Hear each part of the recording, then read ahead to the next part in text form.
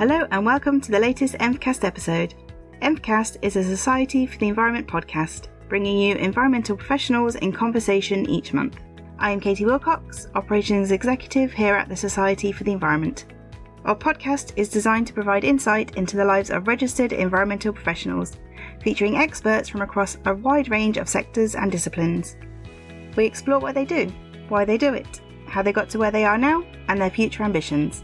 Each guest is registered with us as a chartered environmentalist, registered environmental practitioner, or registered environmental technician via one of our professional body partners known as our licensed members. As such, they have been externally verified to confirm that they are committed to good practice in their environmental work. To learn more about the Society for the Environment, our environmental registrations, and our licensed members, please visit socenv.org.uk. For this month's episode, our host today is Emma Wilcox CEnv, Chief Executive here at SocEnv. And for our guest, I am pleased to introduce Chartered Environmentalist Paul Field, Environmental and Compliance Manager at Janus International Europe Ltd, registered via the Institute of Environmental Management and Assessment. Paul is also known as the winner of our hotly contested Registrant Newcomer of the Year award, showcasing his outstanding environmental work. I will now hand over to Emma for the interview. So good morning, Paul, and welcome to the podcast. Good morning, Emma. It's lovely to see you. Yeah, you too. So let's start by, can you tell us about your current job, your role and what you do? Yeah, my current role is Environment and Compliance Manager. And what that means is I'm based in a manufacturing site, so general day-to-day environmental responsibilities of waste and looking after the environment, because we have a stream running right past our industrial site that feeds into a SSSI site called Castle and Dean, so to make sure we don't pollute that. And also the compliance side is I look after all of the ISO audits we have, and because we export quite a lot of our finished product to Europe, we had to apply for a management system called Authorised Economic Operator. And what that is, any company that trades with another country, they have something along the same lines. It's a management system run by HMRC, and basically it's from supply chain coming in to the manufactured product to being delivered to site, that we can say that it's secure, so there's no drug smuggling, arms smuggling, people smuggling. So I'll look after that as well. Lots of stuff and lots of compliance there. So yeah. Just tell us a little bit about kind of the obviously there's those processes, but what kind of tasks are expected of you with that? Things you do kind of day to day? Day to day, we have two offices. One's based in Twickenham, which is our corporate office, and we have another smaller office in Crewe. And to work with those guys, if they have any environmental or sustainability questions, for instance, what do we do with all our shredded paper? I'm the one that could come down and say, this is the route to go with that. We have installation sites all over the UK, Ireland and Europe. So again, make sure that we get waste transfer notes for the waste from the installation jobs for our customers. On site, dealing with queries from Australia. So we have we're called Janus International Europe Ltd, but we have a parent company in the US, which is Janus International Group. In our small group, we look after Steel Storage Australia and Steel Storage Asia. So if there's any queries from, it's the HSEQ manager in those regions, they direct them to me for anything to do with sustainability and the environment. Excellent. That sounds really kind of varied and really interesting as well. Yeah. So tell us a bit about kind of you. What were the requirements of you in getting that role? So at the interview stage, first of all, my first role was Health, Safety, Environment Quality Manager. So I had to make sure that I had the credentials for those roles. So I have an environment diploma with the Open University. I have a health and safety diploma with the British Safety Council. And before I was a manager, I actually worked on the shop floor in the quality department in the automotive industry and in engineering. So basically it was a hands-on background as well as the academic side of it. Yeah, brilliant. We kind of hear a lot of people who have that kind of breadth in their role. And increasingly that environmental or sustainability part is becoming an ever bigger part of their role as well, which is really good to hear. Yeah. So tell us some about the challenges that you face. What are the really difficult things? Yeah, back in 2021, we the business, the parent company in the US was floated on the New York Stock Exchange. So along with that, it comes back with a whole load of new compliance tasks. So it gets fed back to the shareholders in the States on how we manage our environmental responsibility here in the UK and for Australia and Asia too. So compliance audits, we have a compliance audit every year, normally around October, so starting to build up to that. And that's the ISO 14001 and ISO 9001. So the third-party auditor comes in and sees what we are doing on an ongoing basis. So last year, we discussed that we were in the early stages of developing a sustainability roadmap for the business to try and reduce our carbon footprint and our carbon emissions. And they no doubt when it comes this time is going to be looking at how we've done that. So my role is to develop that, and for each part of the ESG management system, I've created our draft policies, procedures and processes.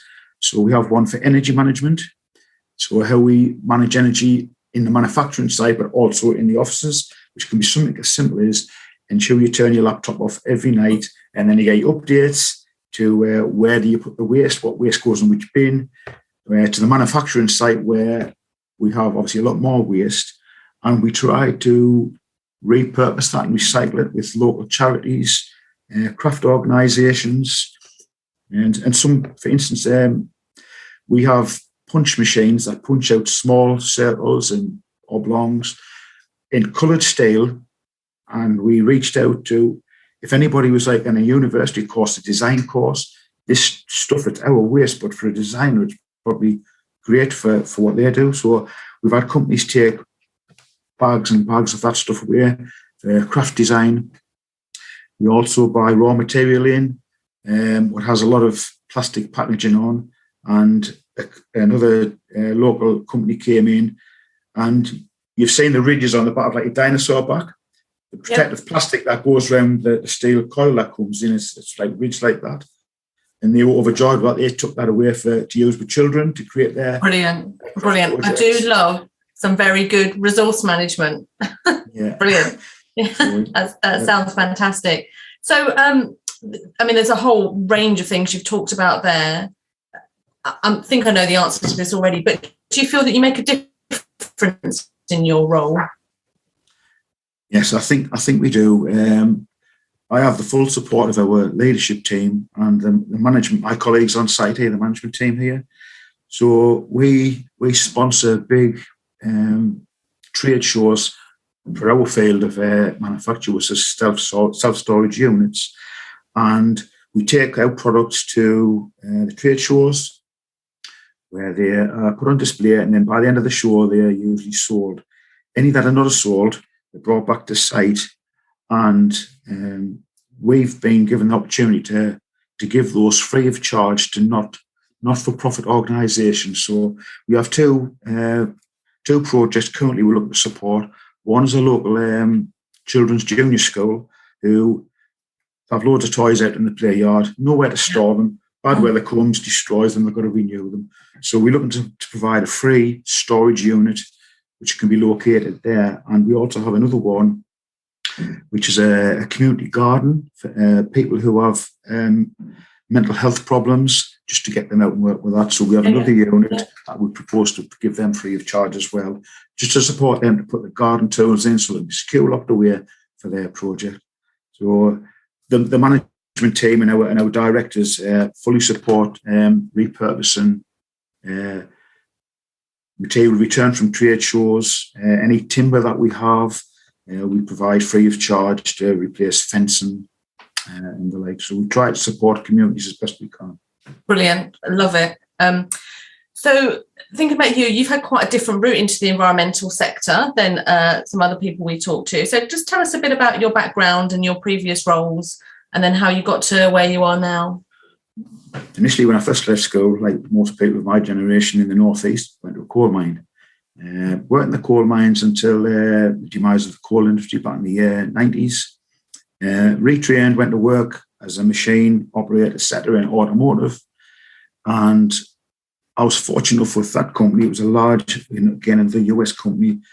They provided funds, so annually you could have a set amount of money to study for anything you wanted to do. So some guys studied to be bricklayers. I studied at the Open University, thinking I've always loved the environment. I mean, geography was my favourite subject at school. Everyone loves David Attenborough. Well, here's an opportunity to get something that I'm interested in. And while I worked in automotive, I remember going to Newcastle City Centre, and there was a big marquee up, and it was Friends of the Earth and other NGOs were having a big open day just for anybody to go in and look around. And that was mind blowing for me. So that was probably the turning point for me, where I wanted to get away from working in automotive. So I took up the opportunity of doing the training, did an Open University diploma, was planning to go for the full degree. However, the health and safety manager at that time convinced us to start doing NABOSH studies for health and safety. And he said, if there's an opportunity to come along, then you can maybe become a HC manager, which eventually, for a long period of time, happened. Left automotive, went to work in the engineering department for British Aerospace, worked there for a number of years, changed role again, and for a very short period, 6 months, I went and worked in the plastics industry, and very quickly I thought I don't want to work in this industry. Left there, the opportunity came to work for Janus International Europe, where they said they made steel containers, and probably, much as yourself, think, they make shipping containers, but they don't. I don't know where you guys live, but you may have seen companies like Big Yellow or other like Self-Store, where people, they cycle to work, they can store the bikes, people move home, they can store the furniture. We make the materials and sell them on to those guys. We'll install them for them, and then they rent them out. So, I think that covers everything how I got here. Brilliant. A great story. Yeah, I've recently moved house, so I know far too much about storage units, probably more than I ever wanted to. So our podcast, we talk about people's recent career highlights. And so for you, I think, again, I know what this one is. So this year you were awarded our Registrant Newcomer of the Year at the SocEnv Awards. So massive congratulations on that. It's an amazing achievement. Yeah. And it's a really, I have the honour of kind of seeing all the applications that come in, and it was a kind of a difficult decision this year for the judges. The standard was amazing, but your story really stood out. So what does this award mean to you? I was absolutely gobsmacked just to be one of the finalists, and I saw the quality of the applicants. I mean, everyone deserved to win that. They're fantastic. And for me, as an older guy, you look at the people that's coming through working in the environmental field, think, everything, there's some good people out there who are trying to help slow down the effects of climate change. And then when, I've got goosebumps saying this, but when actually sat in the meeting, and the focus of everything was on me, but I had all my colleagues around us. And when it was announced that I won, I just choked, as you probably saw in the video. I haven't watched that video yet. Just can't watch it. It was absolutely amazing, because the two other candidates were absolutely outstanding. And I thought, at 61-year-old, there's no way I'm going to win anything. At this point, these guys are brilliant young people who were in the environmental field. So I was gobsmacked and so humbled. Do you know, one of my it's been one of my favourite points of the whole year. I mean, I get to do lots of things like this and meet lots of amazing people. But when kind of your award was won, and then they kind of panned back and you had all your team sat around the table as well, it was just fantastic. And we absolutely loved it. So the awards are focused over the last 12 months and what you've kind of done, particularly over the last 12 months. So just tell us a bit about that kind of last 12-month period and what you're doing. And I know you're focusing on kind of net zero by 2040. So just tell us a little bit about that. So my change of role. So the role was split. So there's a different gentleman who's the health, safety and quality manager, and I'll concentrate on environment and compliance and basically ESG as well. And it's given me the opportunity to do a lot of research, look at how we can reduce our carbon footprint here, but how to do good in the general environment we do work as well. So we've changed all our lighting from halogen lighting to LED, and the forecast savings for that was huge, and the carbon emissions savings was huge. We're looking to change all the radiator fittings, so they're thermostatic controlled, again to reduce emissions, push taps to reduce water usage. And as a business, we have a lot of travelling, which is unavoidable, not just between the manufacturing site in County Durham and the corporate office in London, but the sales guys go all over Europe to see our customers. The directors have to go to and from the States to Australia and Singapore, all travelling that needs to be done and can't really be mitigated.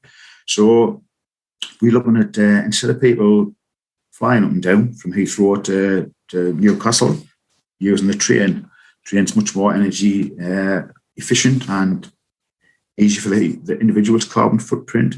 We're working on projects in the factory on how to reduce energy, and we've also looked at the last stage, offsetting, which is the very final stage. But for some of our scope 3 travel for the business leaders, we have possibly a stage 1, 2, and 3 projects. So there's a site in Iceland run by a company called Climeworks, and it's called Orca. And at that site, it's running at scale. Basically, it's like banks of fans that draw in ambient air, and there's a filtrate substance that absorbs the carbon dioxide onto that. That is then dissolved into water.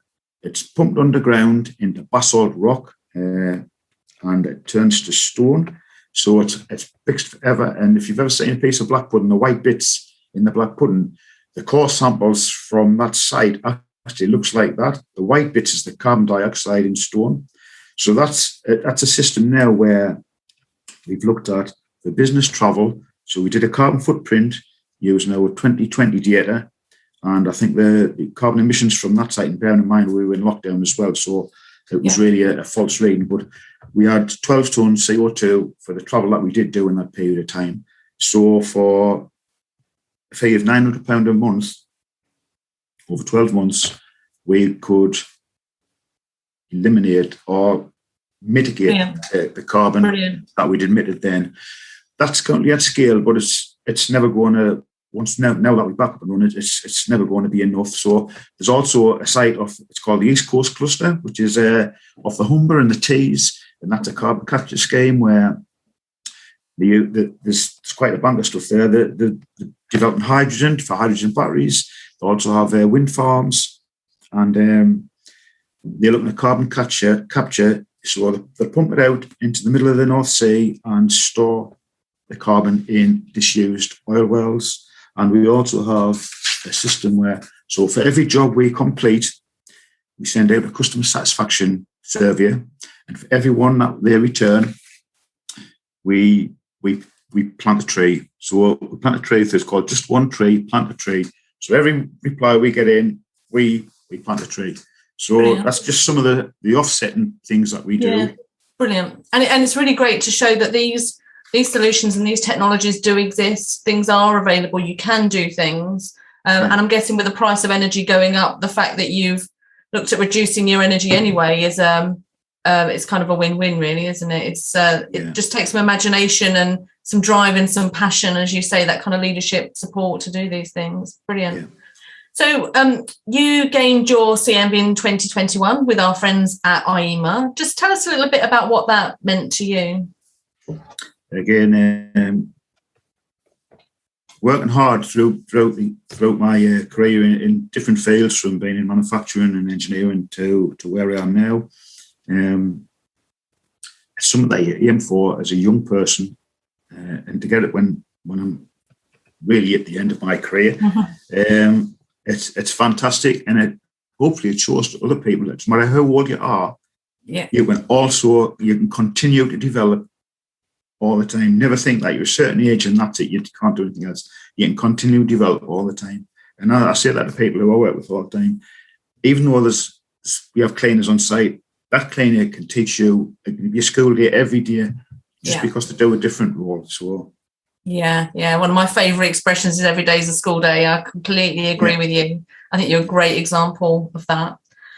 So what would you say to others who are thinking about a career in the environment, maybe people who are already in work doing something else and are thinking of changing like you did?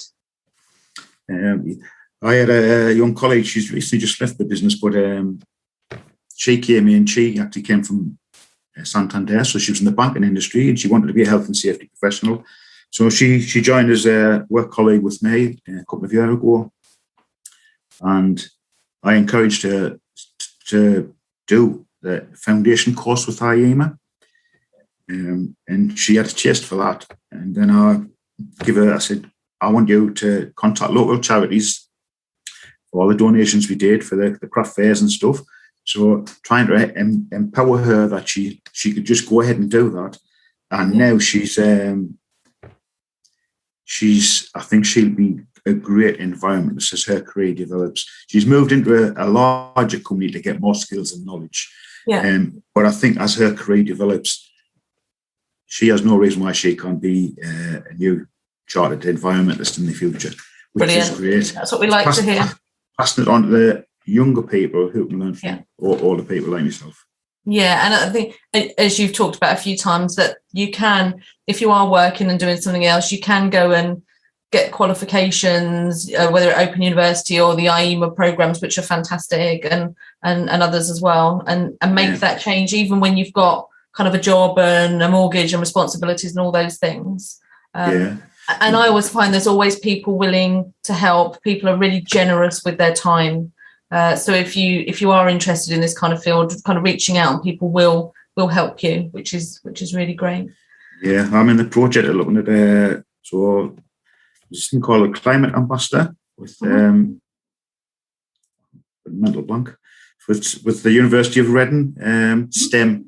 So the STEM organisation. My son's an engineer in the Royal Navy, and he's a STEM ambassador, so science, technology, engineering, and mathematics. So he goes into local schools. He's based up in Scotland and has sessions with local children to try and encourage them to go into engineering or science.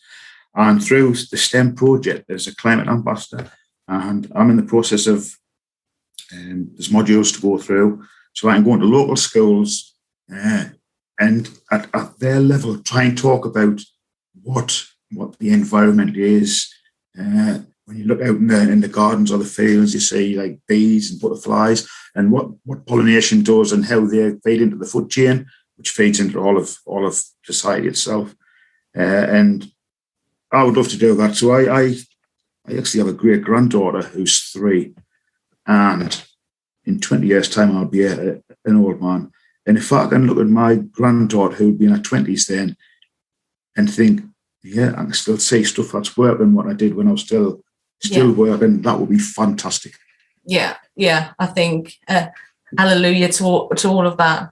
Completely agree with you. So what's next for you? Immediately next for me is start preparing for our compliance audit in October. We've, as a business, we've recently been successful in being a finalist. I'm just looking at my notes what I've got here. So we've been nominated for 2 awards for the Manufacturing MX Awards, and one's for Innovation and Design and one's for Smart Factory. And what that is, I'm working with a colleague on a digitalisation project. So as I've said, we have sites all over Europe, Ireland and the UK, and we have a set amount of project managers, and it's actually impossible for those guys to get to every site because there's multiple sites run all the time and get the required paperwork to make sure that they're working correctly, they're getting rid of the waste correctly, they're doing health and safety correctly. So we're looking at to digitalise all of our documents, so anybody with a smart device, doesn't matter where they're working, it will be sent out by the project manager. I need you to make sure you complete these every day, every week or whatever, send them back. And then that also supports my role as a compliance manager. So when we get audited, we have that documentation. Also, we're looking at creating something called a digital twin for our manufacturing site. And what that is, it's like a forecasting tool. The Met Office uses it for forecasting. And you can actually use it in industry as well. So we're looking to create a digital twin of our factory, because we're on an upwards trend, and I don't know why. There must be people just have loads of stuff to store. Yeah. But there's we continually improve year on year with our sales and our manufactured product. And the idea of this digital twin is 5 years' time, what's the project? What's forecast in 5 years' time? What our shareholders are requiring in the US. And then we can put that data into this model and say, right, we're going to produce another 50% more of what we're doing now.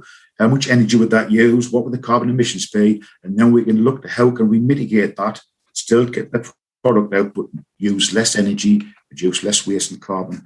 So digitalisation for me is a real exciting project that's coming up. That does sound really exciting. This way of kind of making all those assumptions come to life and see what it does. That's brilliant. Yeah. So just to finish off, quite a big question to finish off. So if you were able to influence world leaders for a day, what would be the first thing you'd do? I've recently been to a seminar on sustainability, and I stood up and said in that meeting, because there were some people there from really large organisations. I've said we're only from a small medium enterprise. Said sustainability is not creating leverage to sell more product, become higher up. Our company's better than yours. This is a life thing for everybody on planet Earth. We need to do this. It's not a nice thing to have. This is something we need to do. We've seen the current heat waves across the country, and in the very near future, the Mediterranean, where most of us love to go for holidays and visit, that'll be desertification. People will be coming to the south coast. Costs will soar. Local people won't be living in those areas. Food costs will soar. And we need to do something now to make sure that the generations can follow beyond us. We can't leave them with the burden that the industry I was in the coal mining, which is helped create. We need to do something now to try and slow down carbon emissions. And I think it'll be industry and organisations such as the Society of the Environment and IEMA and all of the organisations like that, not the politicians who will implement that. Politicians are always trying to get one over on the opposition party. We need to step up and make this happen now, not when the next general election comes round or the one after that. Yeah, I agree. I think businesses and people can make that change. We've got all the tools we need. And people like you doing your kind of job and playing a massive part in that. So brilliant, Paul. Thank you. Congratulations again on the award. Really, really well deserved. Our favourite moment of the year with you and all of your team was absolutely brilliant. And we wish you all the best luck for those projects coming forward. Oh, Thank you. Lovely. Thank you. Oh my God, that was so kind. Thank you. If you're curious to hear more about the Chartered Environmentalist, Registered Environmental Practitioner and Registered Environmental Technician registers, please take a look at our How to Become and Why Become recorded webinars on our website, socenv.org.uk. Or you can find them on our YouTube channel, Society for the Environment, where you will also find a variety of environmental webinar series and various different insights from registrants. To keep up with all of the Society's latest news, you can follow us on Twitter and Instagram at SocEnv_HQ and LinkedIn at Society for the Environment (SocEnv). We'll release a new episode on the first Wednesday of each month, so if you're interested in our future podcasts, please subscribe to hear more from us. You can subscribe and review through a variety of platforms such as Apple Podcasts, Spotify and Castbox. Thank you for listening or watching on YouTube. We look forward to the next episode next month.